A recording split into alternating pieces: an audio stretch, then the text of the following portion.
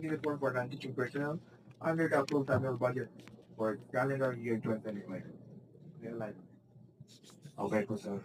Resolution approving the realignment under repair and maintenance from building and other structure capital outlay from office equipment and basic services facilities program from educational assistance amounting of 440,000 pesos to purchase of cleaning supplies and material, other machinery and equipment, purchase of school uniforms for non-teaching personnel under the approval and budget for calendar year Sabi, 2025. sabi sa 7160, augmentation, hindi realignment.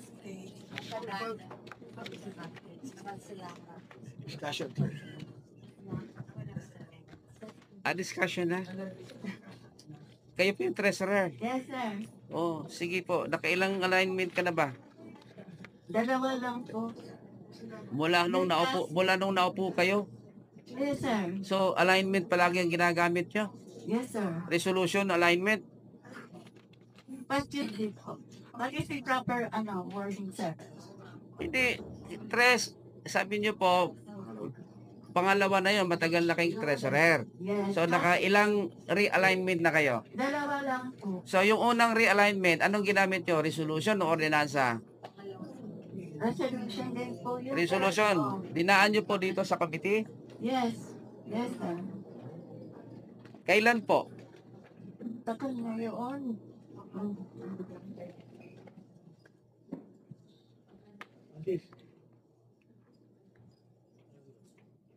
Ano, Tres?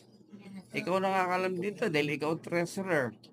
Bakit sa mga 2018 pa? 2018. Hindi pa ako pinanganak. 2018. Hindi, walang biro nga, Tres. Pangalawa mo na itong ginawa. Yes, sir. Ikaw ba may gawa nito? Si Secretary. With the assistance of the revenue officer, sir. Revenue officer. Yes, sir. Pero kasi, ilang taon na kayo? Sir, the same question din yung ina-ask niyo sa akin for several years. Gusto ko rin kasing maulit eh. Kasi magkasing edad lang tayo eh. Mas bata po kayo. Mas bata. Natawa din sa Kapitan Rick. Kasi ganito po. 1 minute recess nga, Mr. Chair. Yes.